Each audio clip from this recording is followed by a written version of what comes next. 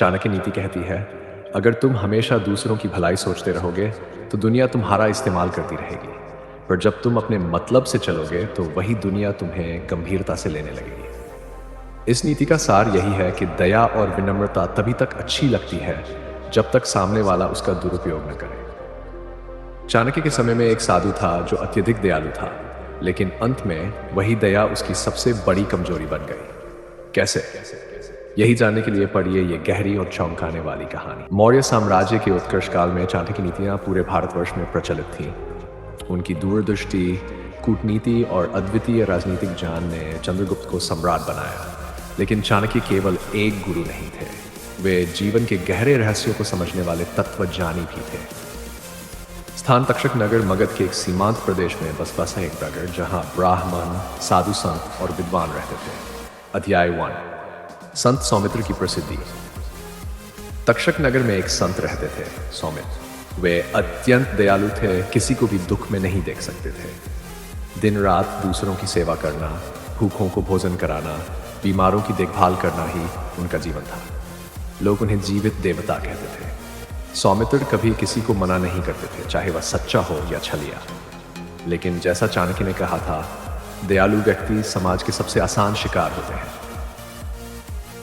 अध्याय पाखंडी साधु का आगमन। एक दिन नगर में एक काली वेशभूषा वाला पाखंडी साधु आया। नाम था कृपटन। वह जानता था कि सौमित्र जैसे संत को मोहरा बनाकर वह पूरे नगर की जनता को लूट सकता है।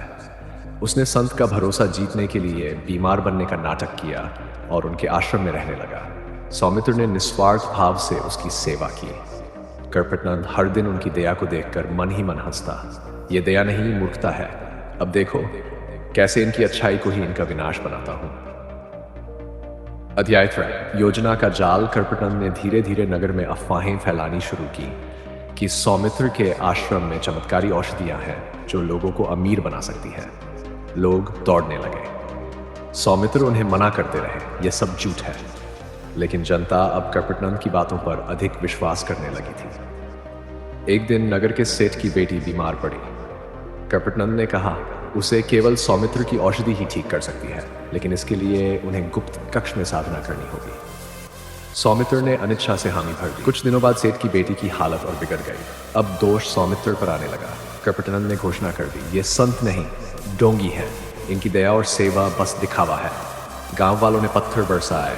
आश्रम में आग लगा दी गई। सौमित्र जंगल की ओर भाग गए, घायल, अपमानित और अकेले। अध्याय 5, चाणक्य का प्रवेश। उसी समय चंद्रगुप्त की सेना तक्षक नगर के पास थी। चाणक्य को जब यह घटना बताई गई तो उन्होंने कहा, दयालुता जब विवेकहीन हो जाती है तो वो पाप को आमंत्रण देती है। चाणक्य ने सौमित्र को ढूंढ निकाला, उनकी मरहम पट्टी की और पूछा, आपने क्यों उस व्यक्ति को पहचानने की कोशिश नहीं की? सौमित्र बोले, मैं हर किसी में ईश्वर देखता हूं। चाणक्य मुस्कुराए, और चोर में, पाखंडी में, वहां भी ईश्वर है, लेकिन सतर्कता की आंखों से। अध्याय 6, चाणक्य ने कहा, जिस समाज में सत्य और दया को समझने की क्षमता न हो, वहां तुम्हारी विनम्रता भी अपराध बन जाएगी। वहां तुम्हें मतलबी बनना होगा, लेकिन राष्ट्र और सत्य के हित में। उन्होंने सौमित्र को एक नई शिक्षा दी। जब तुम खुद को सुरक्षित नहीं करोगे, तब तक तुम दूसरों की रक्षा नहीं कर सकते। अध्याय 7, वापसी और न्याय। चाणक्य की योजना से सौमित्र साधु के रूप में नहीं, अब एक राजीय उपदेशक के रूप में वापस लौटे। तेजस्वी वाणी, कठोर दृष्टि और नीतियों से लैस। कृपटन को राज्यसभा में बुलाया गया। सौमित्र ने उसके झूठ, चालबाजियां और अपराध एक एक कर सामने रखे। कृपटन अब घबरा गया। चाणक्य बोले, जब तक दया में विवेक नहीं होगा, तब तक अधर्म फलता रहेगा। कृपटन को राज्यद्रोह के आरोप में कारावास में डाल दिया गया।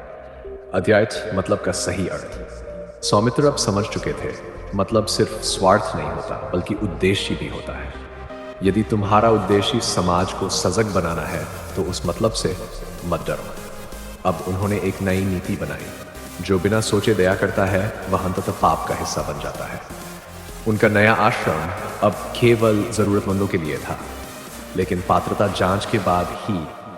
अंतिम शिक्षा के बोले, मतलब से जियो ताकि दुनिया तुम्हें गंभीरता से ले।